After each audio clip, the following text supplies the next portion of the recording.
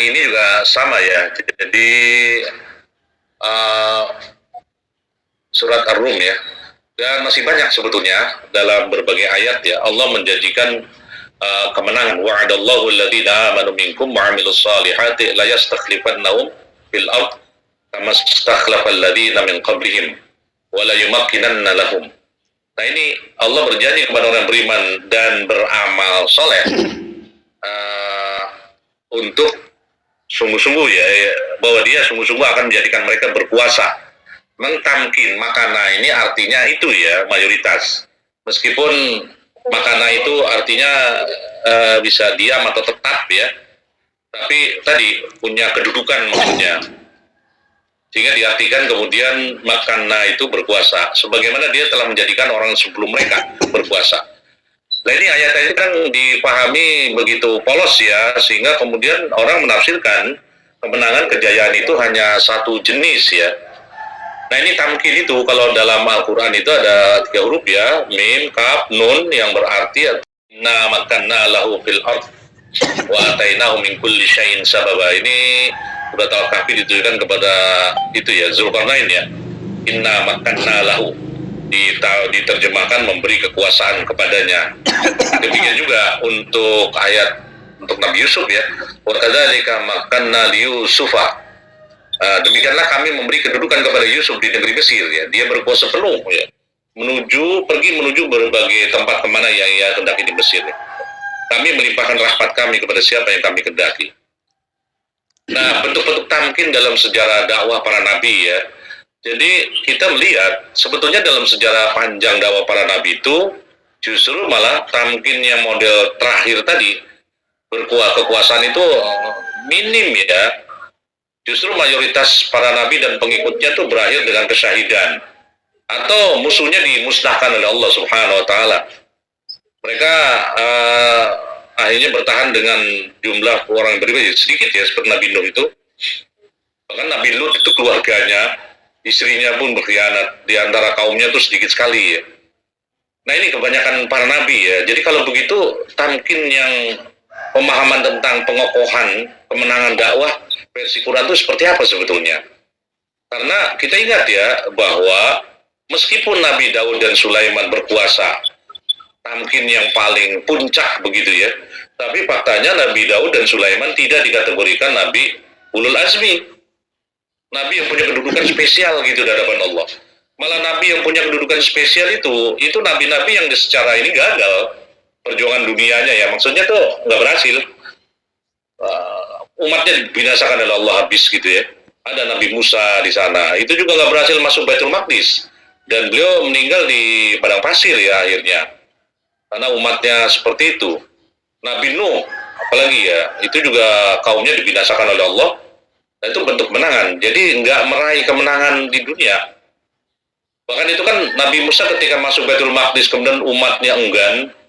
Jadi innahu muharramatun arba'ina sana.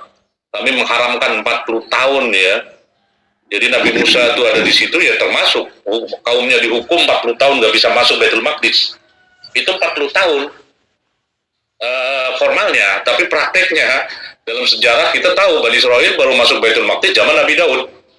Nabi Daud dan Nabi Musa itu kalau menurut Google ya, tahu aku atau enggak itu jaraknya 400 tahun ya, baru mereka itu bisa menang. Nah, tapi era Nabi Musa, Nabi-Nabi Ulul Azmi itu hanya Rasulullah mungkin ya, di situ yang benar-benar meraih kejayaan sempurna. Sisanya enggak, mayoritas. Tapi kedudukan mereka justru malah tinggi ya. Nah yang pertama, ini ada 4 nanti ya, akan kita bahas ya. Pertama, bentuk tamkin itu di dalam Al-Quran itu adalah ketika keimanan kokoh ya dari para nabi dan pengikutnya. Mereka mampu menyampaikan risalah dakwah, mereka mampu menunaikan amanah dakwah hingga akhir hayat, tidak berubah. Jadi meskipun mereka berakhir dengan kesyahidan. Ini kisah pertama dalam surat Yasin, Ashabul Qaryah itu ya, yang orang yang di kampung yang didakwai 2 nabi kurang ditambah 3 nabi. Wajah min aqsal madinati rajulun yas'a. Ya, wajah rajulun, jadi datang seorang laki-laki dari ujung kota. Aqsal Madinah, aqsa itu maknanya kan jauh ya. ujung itu, Masjidil Aqsa itu masjid yang jauh maksudnya. Aqsal Madinah, ujung kota, yang menandakan dakwah para nabi itu menyentuh sampai ujung kota, nggak cuma pusat ya, sampai pinggir-pinggirnya. Ini ada yang beriman di situ. Tapi kemudian orang ini membela para nabi dan dibunuh ya. Sehingga orang ini kan kemudian mengatakan tadi itu, seandainya kaumku tahu gitu ya apa yang dia peroleh, itu kan di ujung surat Yasin itu kan, qila khulil jannah qala ya da qaumi ya'lamun bima ghafara li rabbi waj'alani minal mukramin. Ya, ceritanya berakhir di surga. Nah, itu para ulama menafsirkan dia orang ini habis ngomong itu, ittabi'u man la yas'alukum, ikutlah orang yang tidak minta sama kamu dalam dakwahnya itu. Ikuti mereka, mereka benar gitu. Walaupun mereka salah, salah untuk dirinya sendiri. Jadi kalau dia benar, itu ancamannya pasti akan berlaku untuk kamu. Nah, habis itu dia dibunuh, dan dia di surga itu kemudian alangkah baiknya kalau kamu tahu ya, bima ghafara li rabbi wa ja'alani minal mukramin. Yang kedua, kisah besar Ukhdud ini lebih tragis ya. Jadi hampir nggak ada satupun yang selamat. Jadi Raja Dolim itu menggali parit ya, kemudian menyalakan an-nari dzatil waqud ya. Jadi idhum 'alaiha qu'ud wa hum 'ala ma yaf'aluna bil mu'minina syuhud. Sambil ketawa-ketawa nongkrong di pinggir parit ya, ketawa-ketawa. Ini kisah sebelum Ukhdud mengingatkan sejarah dakwah kita ya dulu. Oh, banyak di antara pendahulu kita yang sudah syahid ya, di penjara, ada digantung, ada ditembak. Ya, penguasa-penguasa zalim selalu begitu ya.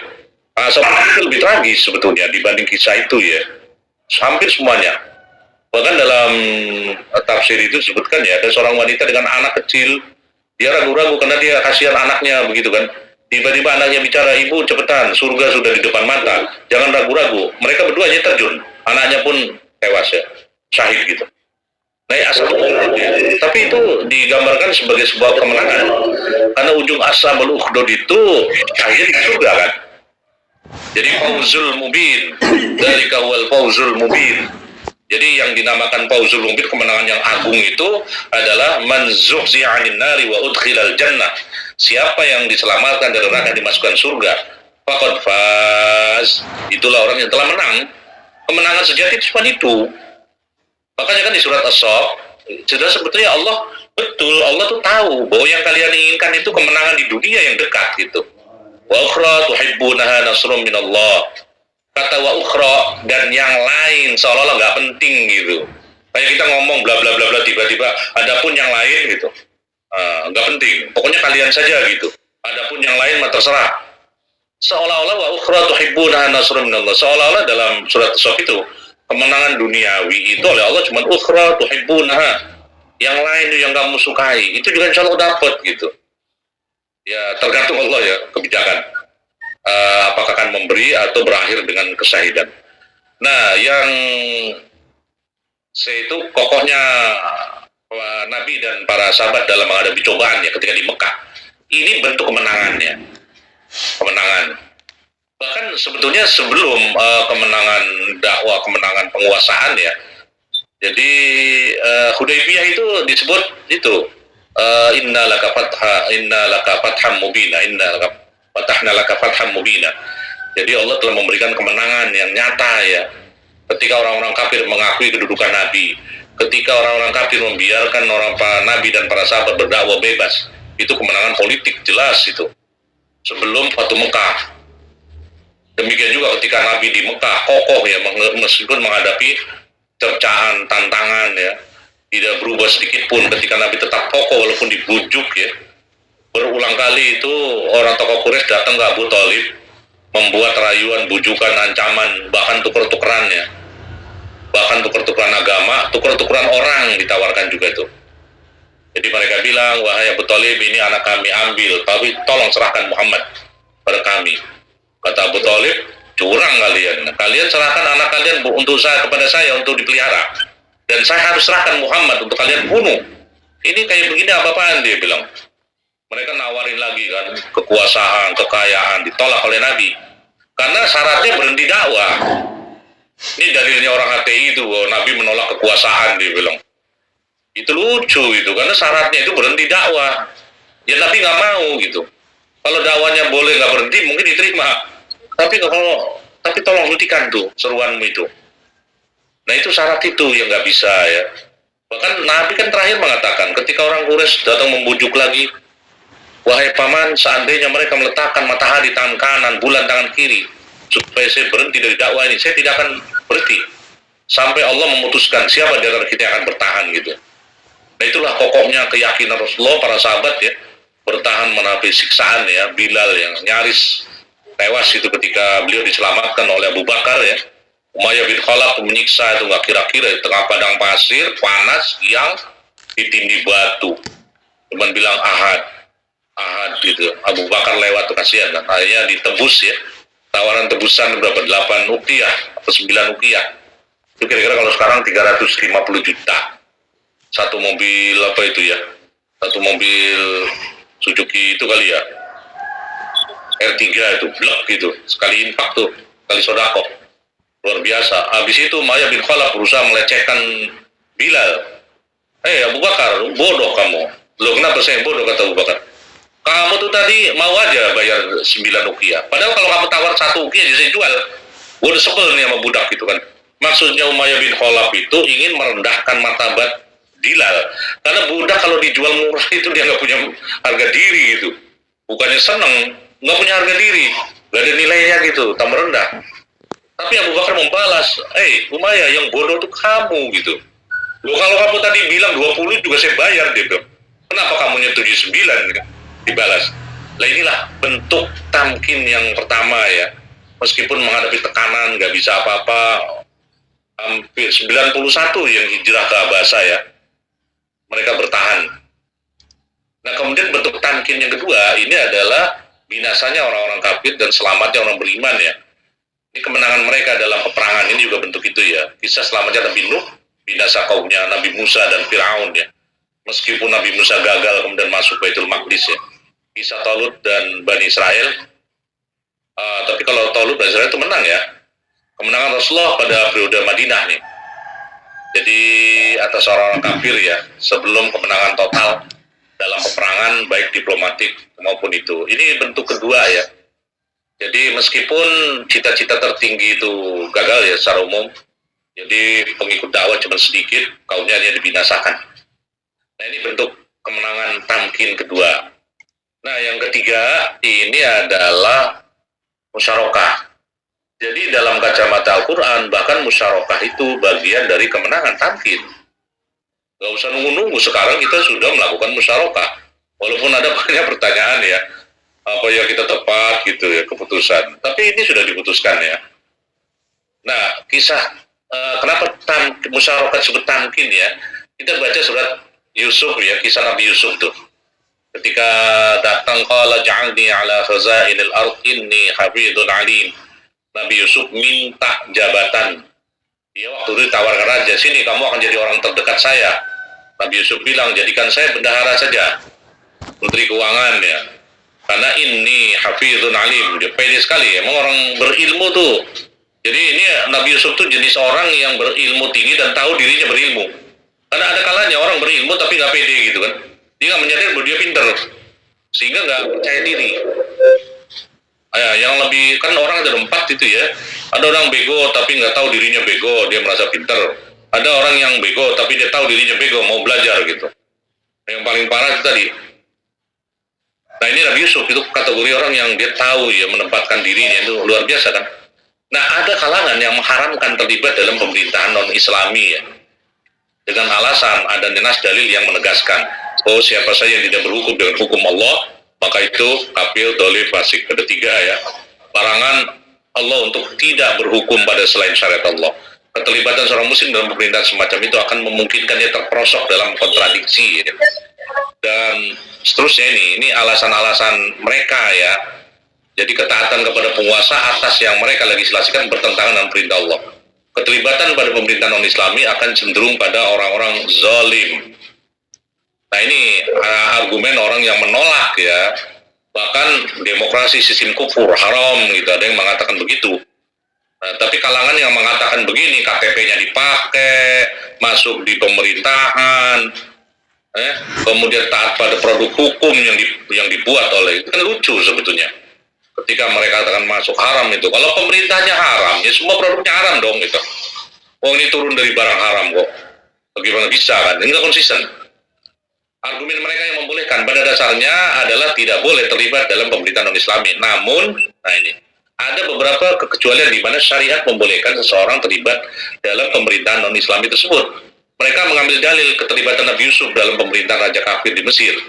Nabi Yusuf tadi meminta jabatan dari raja atas kemauan sendiri ya, minta ditunjuk menjadi Menteri Keuangan. Nah, kemudian ini pandangan Ibnu Taimiyah ya, jelas kata beliau bahwa sungguhnya masyarakat kafir itu pasti memiliki sebuah tradisi, adat istiadat dalam mengambil harta dan menggunakannya untuk orang-orang dekat raja. Tidak terkecuali Nabi Yusuf, pasti mengalami dilema itu. Nah, dia hanya bisa tadi ya, bermain di seputar kewenangan beliau. Memang Yusuf tidak mungkin dapat melakukan semua yang dia inginkan, kecuali di domain yang dia pegang ya, kekuasaan. Dia tidak semata-mata melihat dari sisi agama, sebab kaumnya belum merespon apa yang dia inginkan. Dakwah beliau hanya ditolak. Namun dia dapat melakukan keadilan dan kemaslahatan. Ini poin kuncinya, melakukan keadilan dan kemaslahatan. Total belum bisa merubah, mayoritasnya tetap. Bahkan kalau baca di surat berapa ya, hatta idza halaka, ketika Nabi Yusuf wafat itu mereka mengatakan bahkan adalah nabi ya. Bahkan mereka itu seperti sikap selalu ragu-ragu ketika Nabi Yusuf datang, tidak pernah. Jadi mereka nggak beriman sebetulnya. Namun dia dapat melakukan keadilan dan kemaslahatan, dan dengan kedudukan yang dia dapatkan itu, dia dan keluarganya dari kalangan orang yang beriman mendapatkan penghormatan yang mungkin tidak bisa mereka dapatkan tanpa itu. Itu semua masuk dalam kategori firman Allah, maka bertakwalah kamu menurut kesanggupan. Wattaqullaha mastata'tum ya. Jadi kalau kaidah usul fikih itu apa yang tidak bisa diraih semuanya jangan ditinggalkan, semuanya mirip dengan kaidah itu ya. Bertakwalah semampu kamu menurut kesanggupanmu. Bisanya baru di titik itu ya. Kita baru bisa menegakkan keadilan pada satu sisi. Enggak apa-apa. Kalau kita bisa memperbaiki negeri ini hanya 0,5%, itu lebih baik daripada terus-menerus dibiarkan ya, atau kita lari dari tanggung jawab. Kalangan yang mengharamkan masuk pemerintahan non-Islami mengatakan itu hanya syariat Nabi Yusuf. Nah, mereka itu tadi, sedangkan syariat kita melarang. Nah, itu ya argumen mereka. Kalangan yang membolehkan itu berdalil seperti ini. Pertama, sesungguhnya syariat kita dan syariat Yusuf dan seluruh para nabi itu sama, sepakat bahwa semua hukum kembali kepada Allah. Yusuf menetapkan saat dia berkata kepada dua pemuda yang di dalam penjara itu, kan dia mengatakan al-hukmu illa lillah, hukum itu hanya milik Allah. Dia telah memerintahkan agar kamu tidak menyembah selain dia. Itulah agama yang lurus. Nah, Syekh Qutb dalam menjelaskan ini, ada sesungguhnya hukum keputusan itu tidaklah ada kecuali milik Allah. Dia hanya semata-mata milik Allah dengan hukum ketuhanannya. Sebab masalah keputusan hukum merupakan karakter khas ketuhanan. Siapa yang mengambil alih ini berarti dia telah menentang atau menyembah selain Allah. Nabi Yusuf paham ketika menduduki posisi menteri, dia tahu bahwa raja memiliki sistem dan syariat yang tidak mungkin dihapus. Tidaklah patut Yusuf menghukum saudaranya menurut undang-undang raja. Jadi saat itu ketika ada skenario tadi nangkep Bunyamin ya adiknya, kan itu Nabi Yusuf akhirnya bisa menghukum mereka dengan hukum Taurat. Padahal ada hukum raja, undang-undang raja itu ad-dinul malik. Undang-undang di situ kalau bahasanya Al-Quran itu ad-din ya, agamanya raja, tapi diterjemahkan undang-undang raja. Karena agama undang-undang itu ya maknanya tercakup ya, agama itu undang-undang. Kecuali Allah menghendakinya. Nah, kemudian jika pemahaman itu tentang hakimnya adalah sebagaimana kita memahami, namun dia tetap menjabat sebagai menteri, maka kesimpulannya menjabatnya dia sebagai menteri sama sekali tidak bertentangan dengan akidahnya yang menegaskan bahwa hakimnya itu milik Allah. Tidaklah salah saat dia menerima jabatan menteri itu, sebab dia adalah nabi yang maksum. Kalau memang salah itu guru nggak mungkin diberi jabatan itu kan, dia nabi maksum, berarti benar gitu. Nah, kedua di antara dalil yang menafikan subhat di atas dan membatalkan adalah pemberitahuan Allah yang maha tinggi bahwa menerimanya Nabi Yusuf jabatan menteri ini merupakan rahmat dan nikmat, bukan azab dan siksa atau istijrad, jebakan. Enggak, justru nikmat. Nah, ini penjelasan bahwa itu adalah rahmat, bagian dari anugerah Allah. Demikianlah kami memberi kedudukan kepada Yusuf di negeri Mesir, dia berkuasa penuh pada wilayahnya. Pergi menuju kemana saja ia kehendaki di bumi Mesir, kami melimpahkan rahmat kami kepada siapa yang kami kehendaki, dan kami tidak menyediakan pahala bagi orang yang berbuat baik ya. Nah ini jelas ya, Allah juga menyebut bahwa penerimaan Nabi Yusuf atas jabatan menteri adalah dalam rangka memberi kedudukan baginya di muka bumi, dan bahwa sesungguhnya itu adalah rahmat yang Jadi ketika kita bisa musyawarah ya dengan catatan tadi ya, kita bisa menghindari hal-hal yang tadi dipaksa berbuat zalim, tidak adil atau apa. Kemudian kita bisa memberikan kemaslahatan pada bidang yang kita pegang. Maka itu adalah sebuah anugerah.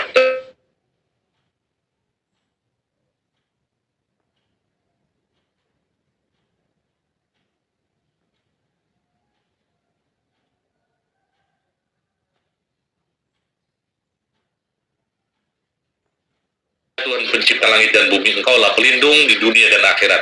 Wafatkan aku dalam keadaan Islam, gabungkan aku dengan orang yang saleh. Jadi jelasnya di akhir hayatnya itu Nabi Yusuf berdoa seperti ini ya. Nah kemudian argumen yang pro musyarakah ini jelas ya. Ketiga, nas-nas yang disebutkan menunjukkan bahwa hukum ini bukanlah berlaku khusus untuk Nabi Yusuf. Karena nas itu berbentuk umum, wa kadzalika makkanna li Yusufa. Jadi jelas ya, kami melimpahkan rahmat kami kepada Yusuf, kepada siapa yang kami kehendaki, dan demikianlah kami, ini salah ini ayat apa? Demikianlah kami melimpahkan rahmat kami kepada siapa yang kami kehendaki, dan kami tidak menyanyiakan pahala orang yang berbuat baik. Maka barang siapa yang menyatakan hukum ini hanya berlaku bagi Yusuf dan tidak berlaku bagi yang lain, hendaklah dia mendatangkan dalil.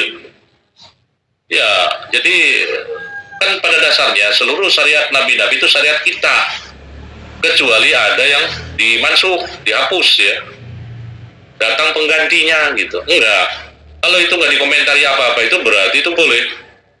Seperti orang-orang liberal yang mengatakan mana dalil larangan homoseksual di dalam Quran, laki sama laki itu nggak ada larangan, yang dilarang laki perempuan. Dibilang, loh kita menemukan larangan itu pada kasus Nabi Lut. Umatnya Nabi Lut melakukan itu dan diazab oleh Allah, itu jelas dilarang. Dalilnya itu. Nah kalau orang ini hal yang sama diterapkan pada ini, seperti perkataan saudara kita orang-orang sebelah itu ya, ada yang mengatakan ini mah syariat Nabi Yusuf, kita syariat Muhammad gak berlaku itu, kalian haram tuh. Ya mereka mengatakan itu, saya bilang loh, ini Quran itu separuhnya itu cerita tentang para nabi, itu apa gunanya kalau nggak boleh dipakai gitu? Kan gak lucu itu. Seperti juga tadi orang-orang liberal yang menggunakan dalil itu Nabi Lut. Kita mah nggak ada larangannya di Quran, yang dilarang laki perempuan, laki sama laki, perempuan ada larangannya. Ini kan lucu ya. Padahal syariat yang berlaku pada Nabi Lut sama, sepanjang tidak dimansuh, tidak dihapus ya. Nah tidak diganti. Nah inilah laqad kana fi qasasihim yang tegas di akhir surat Yusuf, di ujung ayat ya, ujung surat ya. Sesungguhnya pada kisah-kisah mereka itu terdapat pengajaran ya bagi orang-orang yang mempunyai akal. Al-Quran itu bukanlah cerita yang dibuat-buat, akan tetapi membenarkan kitab-kitab yang sebelumnya dan menjelaskan segala sesuatu sesuai petunjuk, sebagai petunjuk dan rahmat bagi kaum yang beriman. Nah kemudian pendapat para ahli tafsir ini ya, jadi saya rasa ini udah jelas ya. Jadi kayak Al-Qurtubi itu bolehnya permintaan seorang laki yang mulia adalah hendaknya dia tahu bahwa pekerjaan yang akan dia lakukan diserahkan sepenuhnya kepadanya dalam bidangnya ya. Tadi dia tidak dipaksa untuk berbuat zalim. Yang kedua Al-Alusi ini kan. Jadi jika yang meminta jabatan itu mampu untuk menegakkan keadilan dan melapangkan syariat ya. Coba bayangkan ya kalau teman-teman kita misalnya ya, punya peluang di Ditjen Pajak ya, kemudian jadi pejabat di situ, pajak negara itu kemudian selamat. Sementara di tempat lain kalau dipegang orang itu disunat sampai 60% ya, hilang mungkin lebih ya. Maka itu adalah kemaslahatan yang luar biasa itu bagi rakyat ya. Nah kemudian bahkan dia mengatakan Al-Alusi wajib hukumnya meminta jika dia sangat yakin bahwa dengan menjadinya dia sebagai pemimpin akan ditegakkan sebuah kewajiban. Asy-Syaukani mengatakan dengan ayat ini bisa dijadikan dalil bahwa sesungguhnya boleh melakukan pekerjaan yang diberikan oleh penguasa zalim, bahkan kafir sekalipun, jika orang itu yakin bahwa dia mampu menegakkan kebenaran dalam bidangnya. Kata kuncinya itu ya, dia tidak dipaksa untuk berbuat dolim misalnya. Nah, bentuk yang keempat, nah ini berdirinya pemerintahan yang Islami ya, seperti kisah Nabi Daud, Nabi Sulaiman, dan di Quran itu ada Zulkarnain ya, dengan keadilan dan penguasaan teknologinya bisa memberikan solusi rakyat ya. Kadang-kadang solusinya itu perang, kadang-kadang solusinya itu teknologi, lengkap sekali. Dia kuat ya secara militer dan dia mumpuni secara penguasaan teknologi ini. Jadi ini kayak gambaran negara kayak Amerika sekarang ya. Padahal itu dia orang beriman ya, luar biasa ya, kuat ya, penguasaan ipteknya, militernya kuat, penguasaan ipteknya tinggi. Itulah Zulkarnain. Sehingga bisa menyelesaikan seluruh masalah yang yang timbul di masa pemerintahannya. Kita itu nyelesain sampah aja nggak bisa gitu. Tangsel khususnya itu. Ini gimana ini negara kayak gini ya? Tangsel aja nggak bisa, sampah aja nggak bisa. Gimana mau persoalan kemiskinan ya? Lebih rumit tuh. Nah, ini syarat-syarat sebab ya. Jadi secara umum ini saya rasa syarat ya. Dia beriman, mampu merealisasikan ibadah dengan benar. Jadi maksudnya mampu melakukan penghambaan dengan benar kepada Allah. Ikhlas tulus ya. Memberantas kemusyrikan dan takwa. Nah, ini sebab-sebab yang jelas. Yang pertama itu tamkin itu akan diperoleh kalau kita mengikuti sebab-sebab yang menyebabkan kita bisa menang. Jadi Allah sudah mengingatkan dalam surat An-Najm bahwasanya seseorang manusia tidak memperoleh selain apa yang diusahakan. Ya, kita jangan sekali-kali berpikiran kerjanya nggak serius tapi pengen menang, kerja dakwah nggak serius pengen hasilnya gede gitu. Dan bahwasanya usaha itu kelak akan diperlihatkan kepadanya, kemudian akan diberi balasan kepadanya dengan balasan yang paling sempurna. Bahwasanya kepada Tuhanulah kesudahan segala sesuatu. Jadi wa allaisa lil insani illa ma sa'a. Ini menjadi doktrin ya, bahkan Rasulullah dilarang wala tamnun tastakthir. Jangan kamu memberi bermaksud mendapatkan lebih banyak. Jangan kamu melakukan sedikit pengennya gede. Kalau mau yang gede ya serius gitu. Jadi kita disuruh berikhtiar maksimal. Kayak sekarang Nabi jelas ya tidak pernah menjadikan pertolongan Allah sebagai bagian dari rencana. Ini perkataan Engkong ya yang saya ingin ingat terus itu. Kalau saya maksud Engkong itu dulu itu ya muasis kita ya. Jadi beliau mengingatkan itu. Jadi Nabi tidak pernah menjadikan pertolongan sebagai bagian rencana. Dalam rencana itu semuanya manusiawi. Habis itu tawakal. Jadi begini maksudnya, kalau kita menjadikan pertolongan dari rencana, ini harusnya kita ada 10 ikhtiar yang harus kita lakukan. Baru 2. Nomor 3 itu pertolongan Allah. Yang 8 nggak usah gitu. Karena pertolongan Allah itu menyelesaikan semuanya. Loh, kalau pertolongan Allah itu ya nggak ngapa-ngapain juga kita menang. Walau sya'allahu la ja'alakum ummatan wahidah kata Allah. Kalau mau kita menjadikan manusia satu agama. Ummatan wahidah itu maknanya ummah itu agama, bukan umat ya. Al-Quran kadang-kadang kata umat itu terjemahan agama. Bisa, kamu nggak perlu ngapa-ngapain ini semua bisa. Ya kalau justru kita itu hidup diuji untuk beramal kan. Jadi alladzi khalaqal mauta wal hayata liyabluwakum ayyukum ahsanu amala. Amal terbaik yang harus kita tunjukkan. Itu ujian kita ada di situ. Jadi kalau makanya kemenangan itu nggak mutlak ya. Makanya bagi kita itu kemenangan itu bonus ya. Makanya di surat As-Saff ukhra yang lain gitu. Gak penting seolah-olah. Tuhibbunaha nasrum minallahi wa fathun qarib. Ya, tapi dalam beberapa sisi kemenangan duniawi itu penting juga buat pahala ya. Bayangkan antara dakwah gagal dan dakwah berhasil. Dakwah berhasil ada pengikut kita mungkin puluhan ribu, ratusan ribu, jutaan. Kalau mereka beribadah seperti kita beribadah, kita dapat pahala. Itu bonusnya orang menang ya. Ya, tapi nggak kurang juga kemuliaan. Meskipun kita ujungnya syahid ya, gagal dalam dakwah sepanjang kita konsisten. Nah, dulu kalian mampu menjadi penguasa dunia karena tadi inna makanna lahu fil ardh wa atainahu min kulli syai'in sababa fa'asma' sababa. Allah menunjukkan kepada Dzulqarnain semua sebab-sebab jalan segala sesuatu, maka dia pun menempuh semua jalan itu, semua ikhtiarnya dipenuhi. Dan meskipun kita tahu ya bahwa hakikat kemenangan datang dari Allah, kita menang apa enggak itu urusannya terserah Allah. Tapi kita harus ingat pertolongan Allah nasrun, kemenangan itu bukan produk yang datang tiba-tiba tanpa sebab-sebab. Kita harus memahami dalam sirah nabawiyah, pertolongan Allah itu bagian dari respon terhadap amal-amal kita. Itu kata kuncinya. Bukan tiba-tiba kalau Allah mau nolong, kalau enggak gitu. Enggak begitu. Tergantung respon. Kalau Allah menolong Rasulullah dan para sahabat, coba saja lihat ya, bagaimana pemahaman mereka, interaksi mereka dengan Quran yang begitu sempurna, begitu dengar, begitu laksanakan. Hari ini berapa banyak ayat yang kita abaikan umat Islam hari ini ya? Berapa banyak tuh perintah yang kita lalaikan? Kadang kita berdalil dengan sunnah ya, padahal bagi aktivis dakwah beberapa wajibat itu memang sebuah keniscayaan ya. Sebab kalau perilaku kita kayak orang umum, bagaimana kita bisa berdakwah kepada mereka? Faqidu syai' lam yu'ti. Orang yang nggak punya apa-apa itu nggak bisa memberi. Kalau dakwah itu memberi kepada orang pengetahuan apa gitu ya, spirit gitu, maka kita harus punya keunggulan. Makanya bagi para aktivis dakwah itu disuruh melakukan persiapan jauh lebih serius ya kepada mereka yang nggak melakukan itu.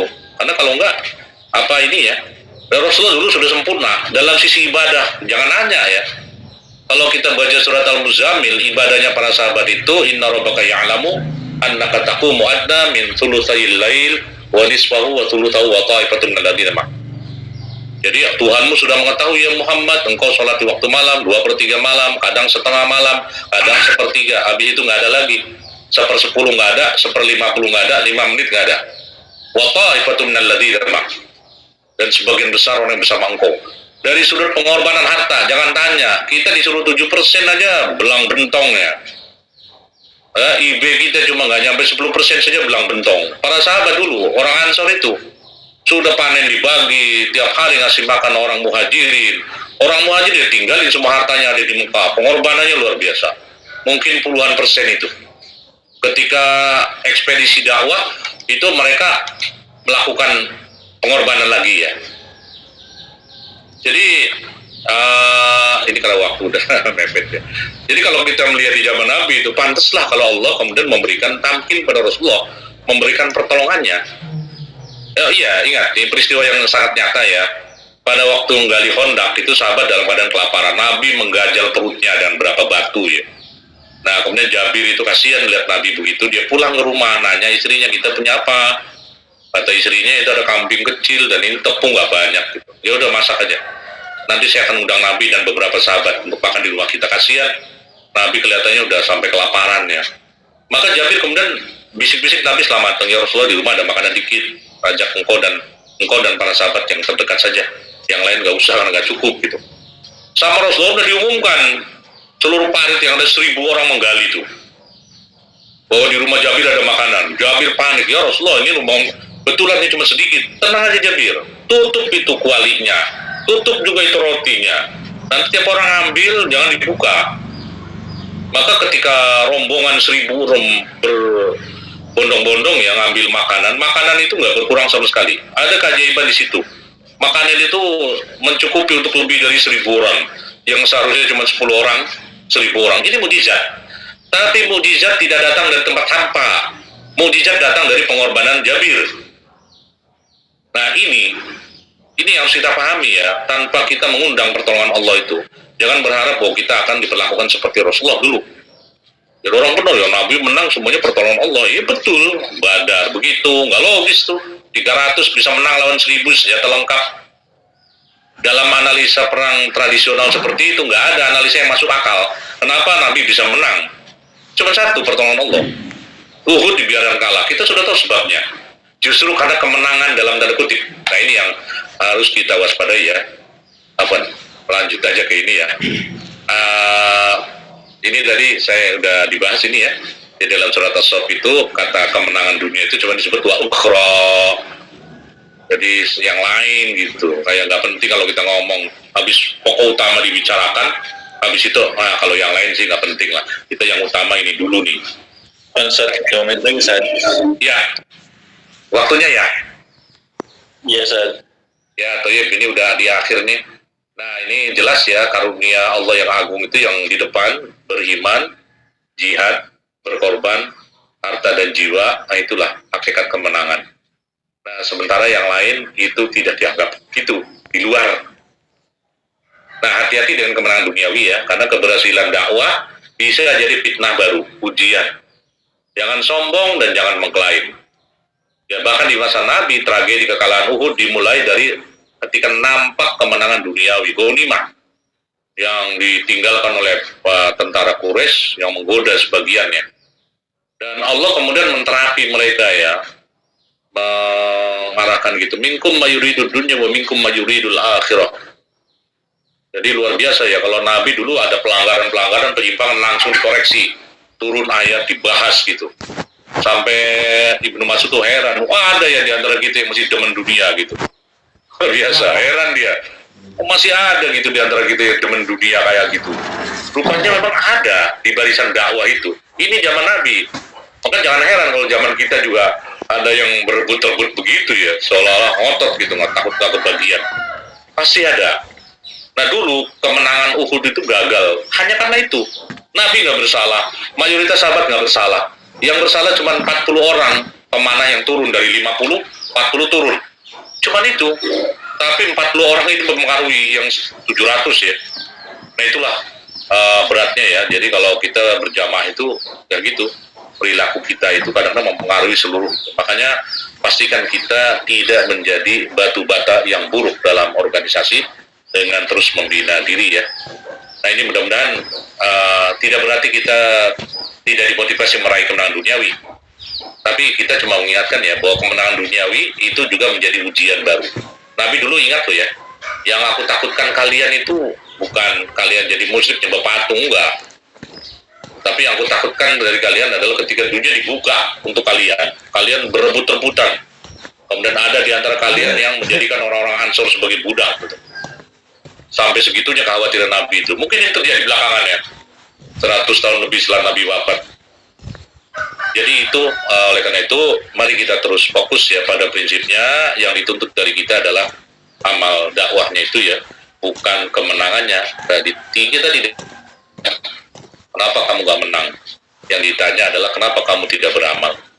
Itu saja barangkali. Jadi pemahaman tamkin ini mudah-mudahan bisa menjadi pegangan ya, bahwa tamkin tidak hanya satu jenis ya, tapi ada 4. Dan setiap fase itu kita selalu kalau kita kadang-kadang kita kokoh ya, terus ya baik amaliyahnya segala macam, nah itu satu bentuk kemenangan. Kalau kita dapat musyarakah itu juga satu bentuk kemenangannya. Insyaallah itu saja barangkali karena waktunya sudah ini. Mohon maaf lebihnya. Billahi taufiq hidayah. Assalamualaikum warahmatullahi wabarakatuh. Waalaikumsalam warahmatullahi wabarakatuh.